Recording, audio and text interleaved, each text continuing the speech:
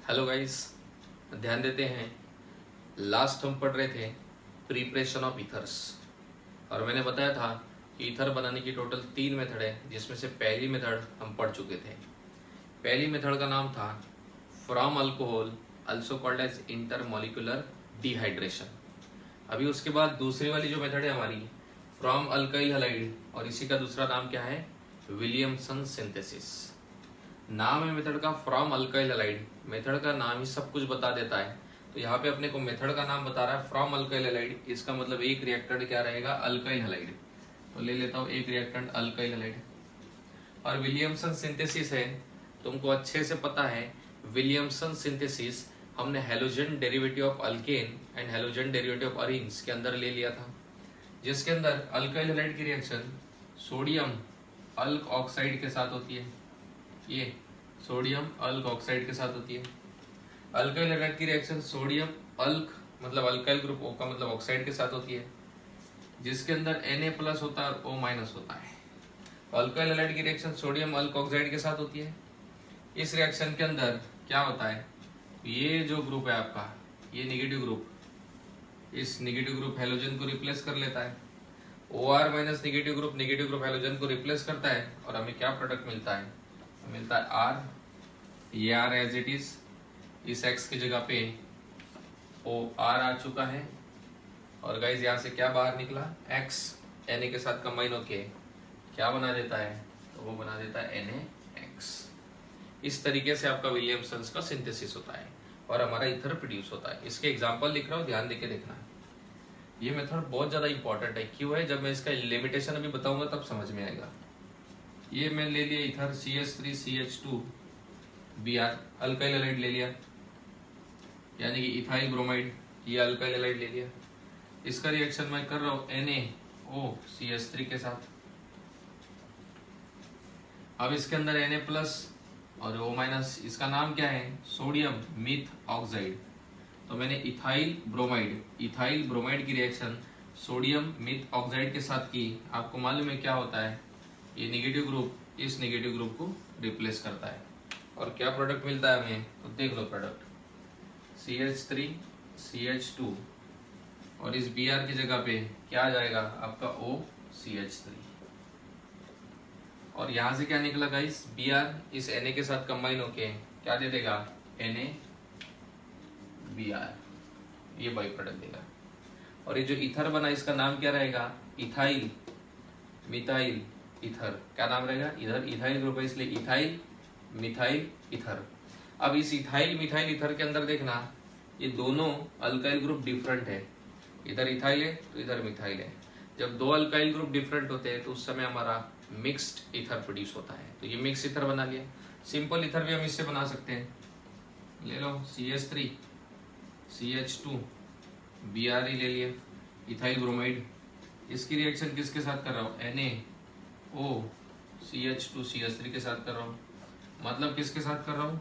Ethyl bromide की reaction sodium ईथ oxide के साथ। सोडियम ये इथाइल ग्रुप है इसलिए इसको ईथ कहेंगे, O इसलिए ऑक्साइड। Na+ होता है, ये O- होता है, आपको मालूम है। तो इथाइल ब्रोमाइड की रिएक्शन सोडियम ईथ ऑक्साइड के साथ करेंगे। अगेन आपका नेगेटिव ग्रुप इस नेगेटिव ग्रुप Br को क्या करेगा? सब्सटीट्यूट करेगा। और गाइस क्या प्रोडक्ट मिलेगा? देख लेते हैं जल्दी से। CH3CH2, ये CH3CH2 एज इट इज, इस Br की जगह पे ये ग्रुप आ गया OCH2CH3। और यहाँ से जो Br निकला Na के साथ कंबाइन होके क्या बना देगा गाइस? तो हमारा बाई प्रोडक्ट बना देगा NaBr। अब यार ध्यान से देखना क्या बना? इथाइल, इधर भी इथाइल, मतलब डाई इथाइल ईथर बना, डाई इथाइल ईथर। और ये डाई इथाइल ईथर आपका कौन सा ईथर है? दोनों तरफ अल्काइल ग्रुप सेम है, इसलिए इस ईथर को हम सिंपल ईथर कहेंगे। जब दोनों अल्काइल ग्रुप सेम होते तो सिंपल ईथर, दोनों अल्काइल ग्रुप डिफरेंट होते तो मिक्स ईथर। सिंपल ईथर को ही सिमेट्रिकल ईथर कहते हैं और मिक्स ईथर को ही असिमेट्रिकल ईथर कहते हैं। गाइस पिछले रिएक्शन का लिमिटेशन आपको याद होगा। पिछले रिएक्शन से हम सिर्फ सिंपल ईथर ही बना सकते थे, यानी कि इंटरमोलिकुलर डिहाइड्रेशन वाली रिएक्शन में सिंपल ईथर ही बना सकते थे, मिक्स ईथर नहीं बना सकते थे। अगर मिक्स ईथर बनाने के लिए जाते तो डिफरेंट मिक्सचर ऑफ ईथर्स हमें मिलता था और उसमें से अलग अलग करना इथर्स को मुश्किल था, इसलिए पिछली वाली मेथड जो थी वो मिक्स ईथर नहीं बल्कि सिर्फ सिंपल ईथर बनाने के लिए सही थी। ये method simple as well as mix दोनों टाइप के ईथर बनाने के लिए सुटेबल है। अब और इसके अंदर का एग्जांपल देख लेते हैं। मान लो मैंने ये ले लिया फिनॉल, फिनॉल की रिएक्शन NaOH के साथ करूंगा। मालूम है तुमको फिनॉल एसिडिक इन नेचर है, NaOH बेसिक इन नेचर है। एसिड बेस रिएक्शन होगी तो सॉल्ट बनेगा, फिनॉल अपना H+ दे देगा, ऐसा रह जाएगा, H गया, NaOH के OH के साथ कंबाइन होगा और वह H2 देगा। यहाँ का H और OH कंबाइन होकर H2, ये जो Na है इस H की जगह पे चला जाएगा, ये मिला सोडियम फिनॉक्साइड, ये मिल गया। अब अगली वाली स्टेप के अंदर क्या होगा, अगली वाली स्टेप के अंदर ये जो सोडियम फिनॉक्साइड बना है अपना, इस सोडियम फिनॉक्साइड की रिएक्शन मैं मान लो कि ICH3 के साथ कर रहा हूँ, यानी कि अल्काइल हैलाइड के साथ कर रहा हूँ, मतलब मिथाइल आयोडाइड के साथ। तो फ्रॉम अल्काइल हैलाइड मेथड का नाम है ना, तो अल्काइल हैलाइड लिया, उसकी रिएक्शन सोडियम फिनॉक्साइड के साथ कर रहा हूँ, ये सोडियम और इतना ग्रुप आपका फिनॉक्साइड ग्रुप है। तो इस रिएक्शन में होता क्या है, ये ग्रुप, ये आपका नेगेटिव ग्रुप, इस नेगेटिव ग्रुप I की जगह पे आ जाएगा और अपने को क्या प्रोडक्ट मिलेगा, ये देख लो गाइस। ओ ये नेगेटिव ग्रुप था पूरा, ये I की जगह पे आ गया और ये CH3 लगा और NaI के साथ जाके NaI बाई प्रोडक्ट देगा और ईथर अपने को मिला। इस ईथर का नाम है एनिसोल। बेंजीन के साथ वो CH3 का डायरेक्ट कॉमन नेम क्या है, एनिसोल, या फिर इसका दूसरा नाम क्या है, methyl phenyl ether, methyl phenyl ether. तो गाइस कैसी करी हमने तीसरी रिएक्शन, देखो सबसे पहले लिया फिनॉल, फिनॉल की रिएक्शन NaOH के साथ की। फिनॉल आपका एसिडिक इन नेचर होता है, NaOH आपका बेसिक इन नेचर होता है। एसिड बेस रिएक्शन होके सॉल्ट एंड वाटर बना, फिनॉल ने अपना H+ दे दिया, वो बेस के OH के साथ जाके H2 बना दिया, इस H की जगह पे Na आ गया, ये अपने को सोडियम फिनॉक्साइड मिला। अब यहाँ सोडियम फिनॉक्साइड की रिएक्शन अगली स्टेप में मिथाइल आयोडाइड के साथ की, यानी कि अल्काइल हैलाइड के साथ की। यहाँ का ये जो नेगेटिव ग्रुप है, ये नेगेटिव ग्रुप I को रिप्लेस करेगा, ये नेगेटिव ग्रुप इस नेगेटिव ग्रुप I को रिप्लेस करेगा और OCO और ये रिंग इस CH3 को लग के एनिसोल बनता है, Na बाहर निकलता है, I के साथ जाके Na बना रहा है, ये हमारा ईथर बना। इसका दूसरा नाम है मिथाइल फिनाइल ईथर या कॉमन नेम है एनिसोल, डायरेक्ट एनिसोल भी कह सकते हैं, ये भी कॉमन नेम है और मिथाइल फिनाइल ईथर भी कॉमन नेम है। आई होप कि यहाँ तक आपको कोई डाउट नहीं होगा। अब इस रिएक्शन का बहुत ही ज्यादा इंपॉर्टेंट वाला मैं बता रहा हूँ आपको लिमिटेशन, जो एंट्रेंस में बहुत काम में आता है और हमारे नजर के सामने क्वेश्चन होता है, आंसर होता है, फिर भी हम थोड़ा सा चूक जाते हैं। तो गलती कहाँ होती है, जब इस रिएक्शन का क्वेश्चन आता है एंट्रेंस में बोर्ड में, तब देख लो क्या होता है। एक ही लिमिटेशन है लेकिन बहुत ही ज्यादा इंपॉर्टेंट लिमिटेशन है, उसको सीरियसली बहुत अच्छे से करना है। पहली चीज क्या देख लो, अब इसके अंदर कंपलसरी चीज क्या है, ये CH3 CH2 ले लिया, ये I ले लिया, ठीक है। ये मैंने क्या ले लिया, इथाइल आयोडाइड, ये है मेरा प्राइमरी अल्काइल हैलाइड, ठीक है। इसकी रिएक्शन में NaOC CH3 इसके साथ करो, इतना बड़ा ग्रुप, इसमें Na+ होता है और वो आपका माइनस होता है। और आपको अच्छे से मालूम है इसका नाम क्या है, sodium butoxide, sodium butoxide, sodium, और ये टर्चरी ब्यूट ऑक्साइड है, सोडियम टर्चरी ब्यूट ऑक्साइड। अब दूसरा देखना इसके अंदर ट्विस्ट क्या है, ध्यान से देखना, बड़ा इंपॉर्टेंट एग्जांपल बता रहा हूँ। अब मैं ले रहा हूँ CH3 C CH3 CH3 I और यहाँ ले रहा हूँ मैं NaO C2H5। देखना फर्क क्या है। और ये जो मेरा अल्काइल हैलाइड है, ये है टर्चरी अल्काइल हैलाइड। बड़ा इंपॉर्टेंट एग्जांपल बता रहा हूँ। अब आपको मालूम है, आप क्या सोचते हैं हमेशा, सर ये अल्काइल हैलाइड है और आपने अभी अभी बताया विलियमसन सिंथेसिस में क्या होता है, ये नेगेटिव ग्रुप इस नेगेटिव ग्रुप को रिप्लेस कर देगा और अपने को प्रोडक्ट मिलेगा। एकदम करेक्ट है, पहली रिएक्शन के लिए एज इट इज एकदम करेक्ट है। तो प्रोडक्ट लिख लेता हूँ। तो ये जो आपका प्राइमरी अल्काइल हैलाइड का हैलोजन है, इस हैलोजन को ये बड़ा सा नेगेटिव ग्रुप रिप्लेस कर देगा और क्या प्रोडक्ट मिलेगा देख लो। ये तो आपका एज इट इज रहेगा CH3 CH2 ये CH3 CH2 as it is है, और इस I की जगह पे ये बड़ा सा ग्रुप आ गया। तो देखो क्या आ गया, O C CH3 CH3 CH3, और जो I बाहर निकला Na के साथ जाके बाई प्रोडक्ट बनाएगा NaI, ये प्रोडक्ट आ गया। और गाइस यहाँ पे अपने को ऊपर ईथर मिल गया, जो हमें चाहिए था मिला। इधर है आपका कौन सा ग्रुप, इथाइल, इधर है टर्चरी ब्यूटाइल, तो नाम रहेगा इसका tertiary butyl ethyl ether. Tertiary butyl का बी अल्फाबेटिकली पहले आता है, इसलिए टर्चरी ब्यूटाइल इथाइल ईथर नाम लिख लो आप, टर्चरी ब्यूटाइल इथाइल ईथर, ये ईथर बन गया, सिंपल। अब यहाँ पे देखना क्या है, यहाँ पे अल्काइल हैलाइड टर्चरी। एक बात हमेशा याद रखना, लिमिटेशन क्या है, अल्काइल फ्रॉम अल्काइल हैलाइड या विलियमसन सिंथेसिस का लिमिटेशन क्या है, इसके अंदर कंपल्सरीली अल्काइल हैलाइड प्राइमरी होना चाहिए।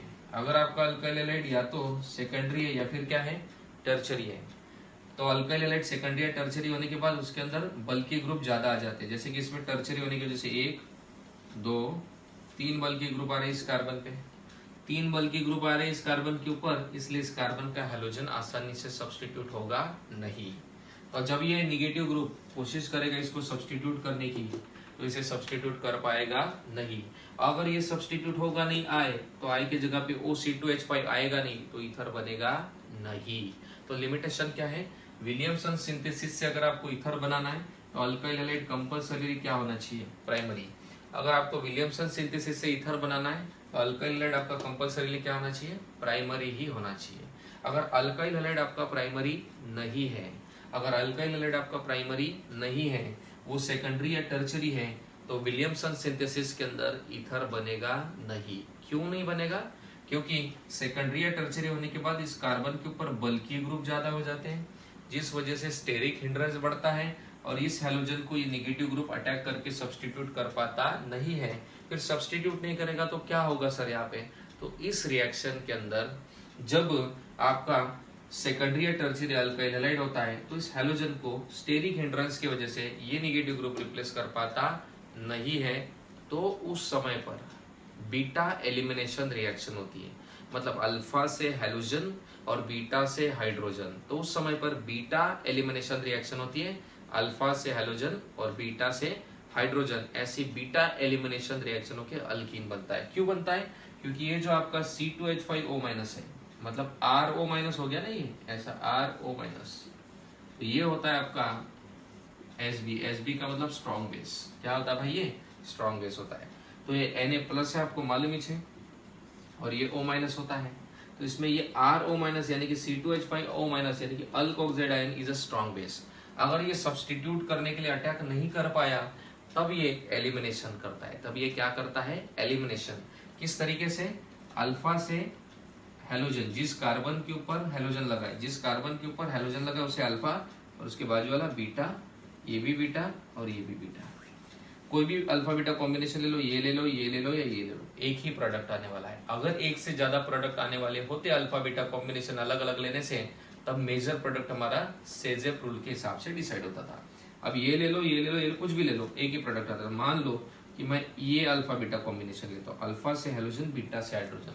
और एक चीज हमेशा याद रखना, जब मैं कह रहा हूँ कि बीटा एलिमिनेशन होने वाला है, यानी कि अल्फा से हैलोजन और बीटा से क्या निकलने वाला है, हाइड्रोजन। जब मैं कह रहा हूँ कि बीटा एलिमिनेशन हो रहा है, यानी कि अल्फा से हैलोजन और बीटा से क्या निकलने वाला है, हाइड्रोजन, तो उसका क्या मतलब है, ये मतलब थोड़ा ध्यान से सुन लो।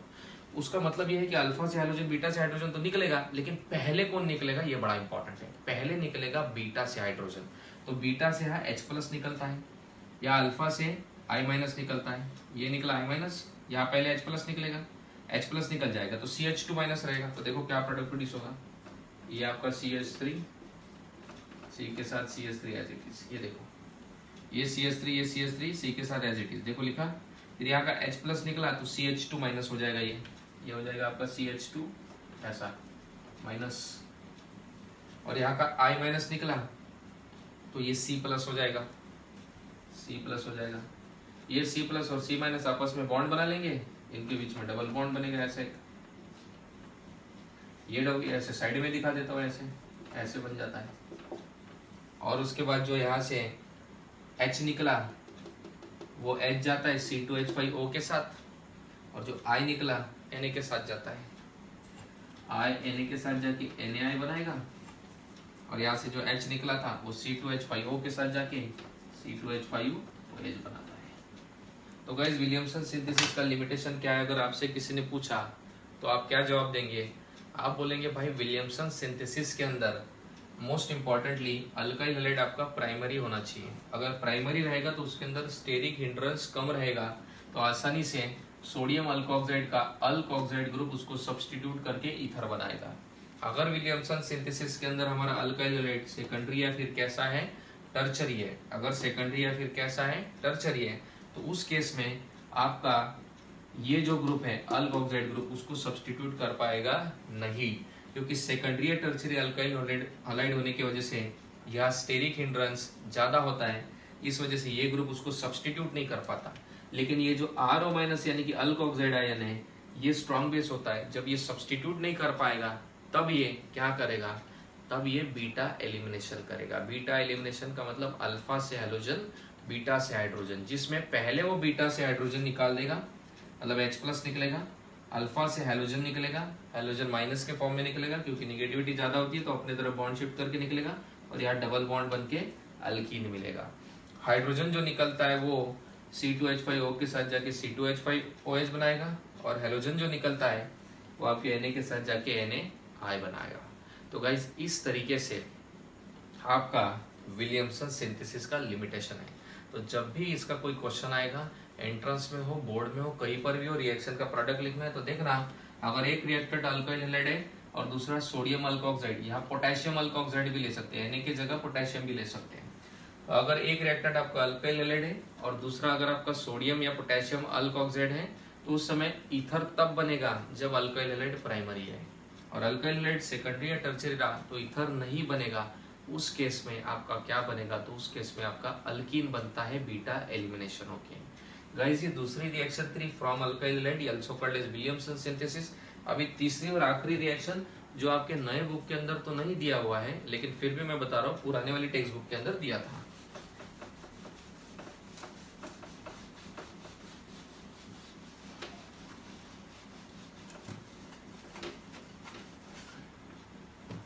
तो देख लेते तीसरा वाला रिएक्शन क्या है भाई, फ्रॉम अल्कोहल एंड डाइजोमीथेन। बहुत ही आसान रिएक्शन है, फ्रॉम अल्कोहल एंड डाइजोमीथेन। तो गाइस इस रिएक्शन के अंदर होता क्या है, ध्यान से देख लो। फ्रॉम अल्कोहल एंड डाइजोमीथेन वाली रिएक्शन के अंदर बोला है फ्रॉम अल्कोहल, तो भाई एक रिएक्टेंट तो आपका अल्कोहल रहेगा, ये ले लिया मैंने अल्कोहल ROH। एक रिएक्टेंट अल्कोहल चाहिए वो ले लिया। दूसरा रिएक्टेंट क्या चाहिए इसके अंदर, तो डाइजोमीथेन। डाइजोमीथेन मतलब आपका CH2N2 होता है। और इसमें होता क्या है, तो इसमें हमेशा याद रखना ये जो CH2 है इस H के साथ लग जाएगा और अपने को क्या मिलेगा,